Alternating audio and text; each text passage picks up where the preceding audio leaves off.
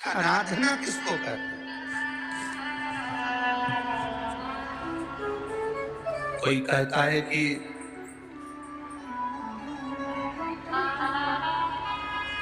क्यों भटक रहे हो, क्यों जा रहे हो यहाँ वहां।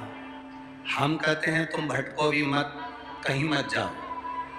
तुम्हारे घर के नजदीक में जो शंकर का शिवालय हो, तुम्हारे घर के नजदीक में जो शंकर का मंदिर हो, शिव मंदिर हो, शिवालय हो, उस शिवालय में जाकर एक लोटा जल प्रतिदिन चढ़ाना प्रारंभ करो।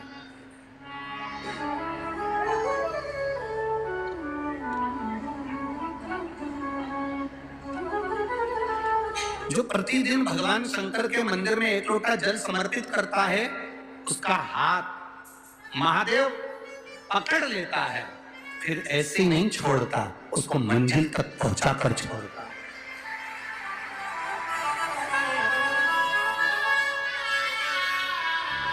वो ऐसे नहीं छूटता।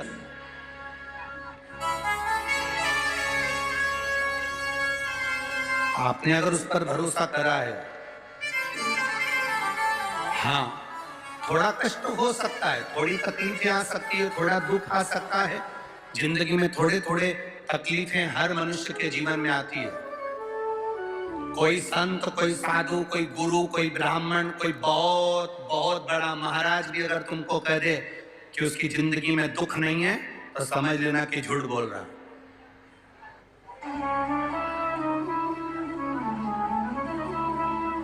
मेरे राम जी महाराज भी इस पृथ्वी पर जन्मे तो उनकी जिंदगी में भी दुख आया। मेरे भगवान कृष्ण भी इस पृथ्वी पर जन्मे तो उनकी जिंदगी में भी दुख आया। माता जानकी भी इस पृथ्वी पर प्रगटी तो उनकी जिंदगी में भी दुख आया। राधा रानी भी इस पृथ्वी पर प्रगटी तो उनकी जिंदगी में भी दुख आया। संसार में अगर जन्म लिया है, मृत्यु लोक में अगर तुम पैदा हुए हो, पृथ्वी पर अगर तुम आए हो, तो तुम्हारी जिंदगी में दुख ये नहीं कि नहीं आएगा। हमारे पूर्व के कर्म के अनुसार हमारी जिंदगी में दुख, हमारी जिंदगी में तकलीफें आती है, पर वो दुख मिटेगा कैसे?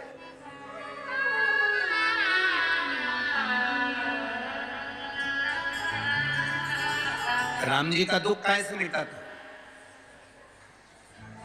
राम पथ गमन में जहां जहां चलकर देखो, चलो आपके पास में है पंचवटी, आपके पास में नासिक लगा हुआ है, पंचवटी लगी हुई। ये कथा 19 तारीख को पूर्ण हो जाएगी। 21 तारीख को नासिक में माता गोदावरी के तट पर पंचवटी में 5 दिवसीय कार्तिक महीने में कथा लोगों को श्रवण करने के लिए भक्तों को मिल जाएगी। आपके नजदीक में लगी है पंचवटी, चलो जाओ। जितने राम जी महाराज अयोध्या से लंका तक गए, उसके बीच में जितने राम जी के मंदिर नहीं है, उससे अधिक शंकर जी के मंदिर हैं। उसका कारण केवल एक है, राम जी जहां रुकते थे वहां शंकर भगवान के शिवलिंग की स्थापना करते थे, पूजन करते थे, और वहां से फिर आगे बढ़ते थे, फिर आगे बढ़ते थे, फिर आगे बढ़ते थे। बिना शंकर की आराधना के, बिना शंकर भगवान को एक लोटा जल चढ़ाए बिना मेरे राम जी महाराज आगे बढ़ते ही नहीं थे। भगवान कृष्ण के जीवन का चरित्र उठाकर देखो, मेरे ठाकुर जी का नियम था, एक लोटा जल चढ़ाए बिना कृष्ण आगे बढ़ते नहीं थे।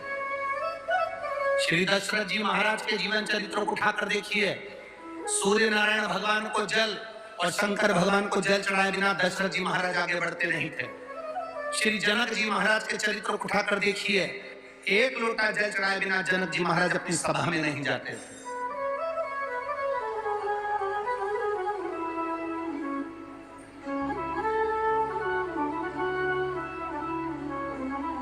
थोड़ी जिंदगी में तूफान आते हैं, कष्ट आते हैं, दर्द आता है, तकलीफें आती हैं, पर तूफान आता है तो पता चलता है ना कि मजबूती कितनी है। अभी पता चला, चला कि नहीं चला? अरे बोलो तो जम के। पता चला ना कि मजबूती कितनी है। ये हवा चलती है, तूफान आता है, तब पता चलता है मजबूती कितनी है। उसी तरह दूसरे धर्म के लोग तुम्हें डिगाने के लिए आगे बढ़ते हैं, और तुम्हारे भीतर का सनातन धर्म दिखा देता है कि मजबूती कितनी।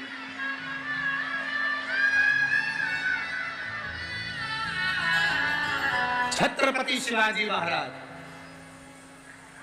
जिनकी माता ने कहा कि बेटा सामने किला है, वो किला मुझे चाहिए। शिवाजी कहते हैं माँ क्या बात करती हो, ये किला, वहां कितना कितना सैनिकों का बल भरा पड़ा हुआ है, और मेरे पास में कुछ भी नहीं है, मेरे पास कुछ नहीं।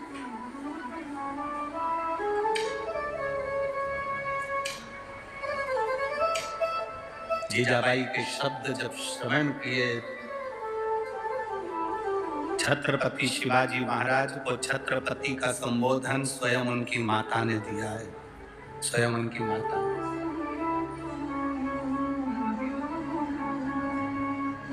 कह दिया जीजाबाई, सामने जो किला है वो मेरा है, तुझे मालूम है? हाँ माँ, मैंने सुना है, ये किला अपना है, फिर कब्जा दूसरे का है। छत्रपति शिवाजी ने कहा बहुत भारी सेना है उसके पास में, बहुत बल है उसके पास में, सेना प्रबल है उसके पास में, मेरे पास इतनी सेना नहीं है। मां ने कह दिया शिवाजी तेरे बस की बात नहीं है, मैं खुद जाऊंगी और किला लेकर आऊंगी। स्वयं शिवाजी ने सुना कि मां स्वयं किला लेने के लिए जा रही है, स्वयं किला। मां